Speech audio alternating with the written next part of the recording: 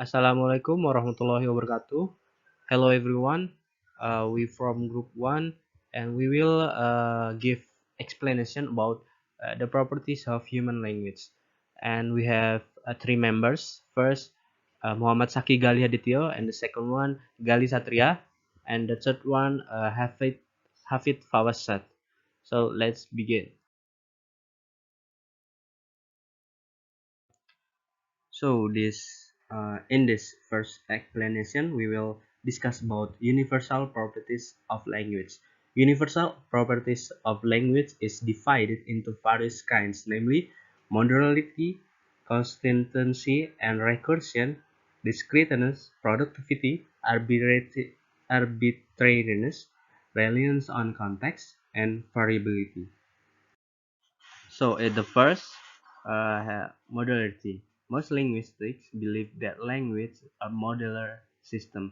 That is, people produce and interpret language using a set of component subsystems or modules in a coordinate way. Neurolinguistics studies show that different regions of the brain are associated with different aspects of language processing, and as the following chapters show, dividing language into modules facilitates linguistic analysis greatly. And some models have been central to linguistics for a long time, like phonetics is about production and interpretation of speech sound. Phonology studies the organization of raw phonetics in language in general and individual language in particular. Larger linguistic units are the domain of morphology, the study of structure within words, and of syntax, the study of the structure of sentence. And next one is constituent and recursion. All languages are organized into constituent, allowing more complex units to enter structure where simpler ones are also possible. So we can say in English, she sat down, the smart woman sat down, the tall dark hair smart woman with the bright red sweater and pearl necklace sat down, being composed of constituent give language a balance of structure and flexibility. Jadi apa ya? Constituent apa ya? Dapat diganti dengan constituent lain. Tapi nggak bisa diganti sembarangan gitu. Jadi misalkan ya diganti misalkan smart with the bright red sweater sat down. It doesn't work. And then being composed of constituent also allows language to be recursive. Recursion is the property of language which allow grammatical processes to be applied repeatedly, combining constituents to produce an infinite variety of sentences of indefinite length. The recursiveness of language has profound implication. It means that no one can learn a language by memorizing all the sentences of the language. So there must be some other explanation for how human beings are able to learn them. And the next one is discreteness. Discreteness is the range of sound that human beings can make is continuous, like a slight whistle. For example, you can slide from a high long E sound as in feet all the way down to a low short A sound as in bed, and then slide go to the A long O sound as in oak, all in one continuous glide. Sounds that are discrete in one language may not be discrete in another. In English, for example, where we distinguish short A from short E, so that pet and pet are different words. Precisely what is discrete varies from language to another, but all languages have the property of discreteness. And in the next is productivity. Productivity is a general term in linguistics referring to the limitless ability to use language, any natural language, to say new things. It is also known as open-endedness or creativity. The term productivity is also applied in narrower sense to particular forms or contraction, such as affixes, that can be used to produce new instances of the same type. In this sense, uh, productivity is most commonly discussed in connection with word formation. The next is arbitrariness. Another fundamental property of language is arbitrariness. With few exception, words have no principled or systematic connection with what they mean. In English, the first three numbers are 1, 2, and 3, but in Chinese they are yi, er, san. Neither language has the right word for the numerals or for anything else because there is no such thing. Even onomatopoeic words for sounds like ding dong and click, they are supposed to sound like the noise the name.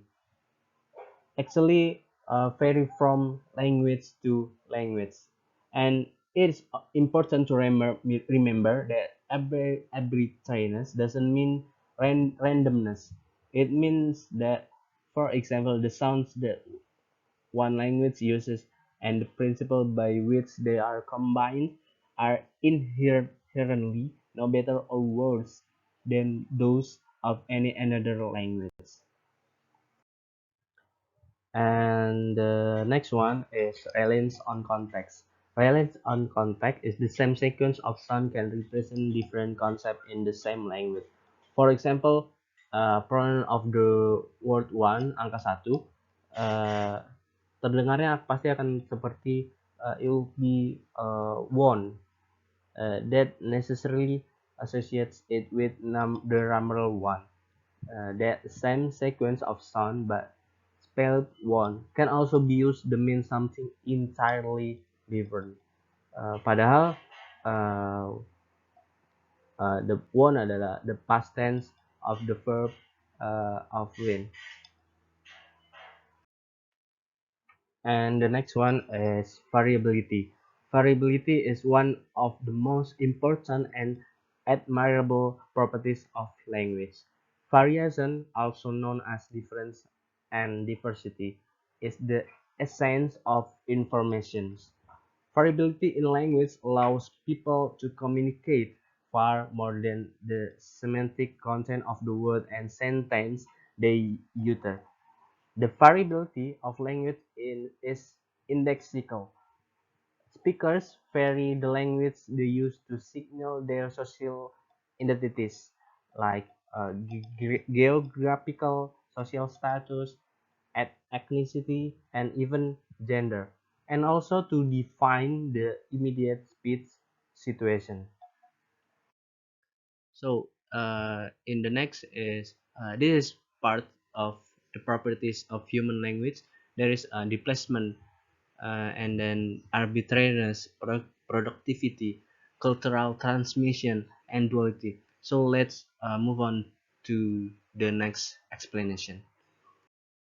So, and the next is displacement. What is displacement? Actually, a human can refer to past and future time. This property of human language is called displacement. It allows language users to talk about things and events not present in the immediate environment. Indeed, replacement allow us to talk about things and place. For example, angels, fairies, Santa Claus, Superman, heaven, hell, whose existence we cannot even be sure of. And the next is arbitrariness. Actually, we already explained it earlier, but arbitrariness also is a property of sign language as well as spoken language. Some visual signs in sign language are iconic. They look like what they mean, but most signs give not the slightest clue to their meaning. A native speaker of a language unconsciously knows this principle and can use them to produce and interpret an infinite variety of utterance.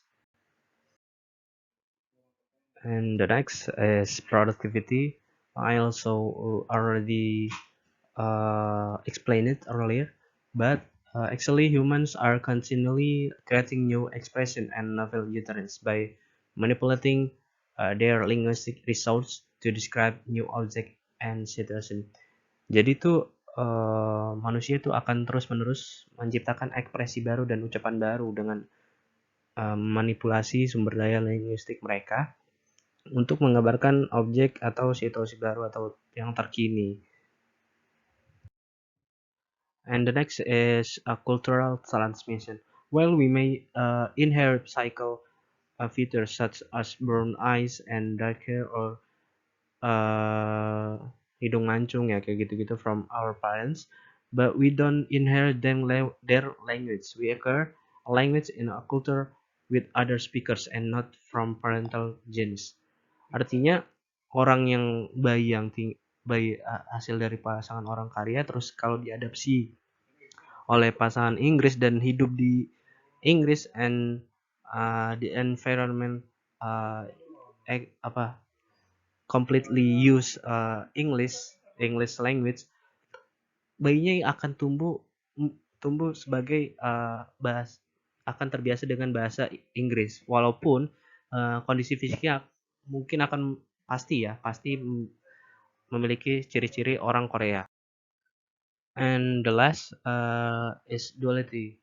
Human language is organized at two level or layers simultaneously. This property is called duality or double articulation. In speech production, we have a cycle level at which we can produce individual sounds like N, B, and I. As individual sounds, none of these discrete form has any intrinsic meaning. In a particular combination such as being, we have another level producing a meaning that is different from the meaning of the combination in NIP. So, at one level, we have a distinct sound, and another level, we have a distinct meanings. This duality of level is in fact one of the most economical features of human language because with a limited set of discrete sounds we are capable of producing a very large number of sounds combinations which are distinct in meaning. Yeah, that is an explanation from us about the properties of human language. Sorry if there is any short aids or any mistake. If there are questions and if our explanation is not clear, please ask in the WA group. Okay, thank you. Wassalamualaikum warahmatullahi wabarakatuh.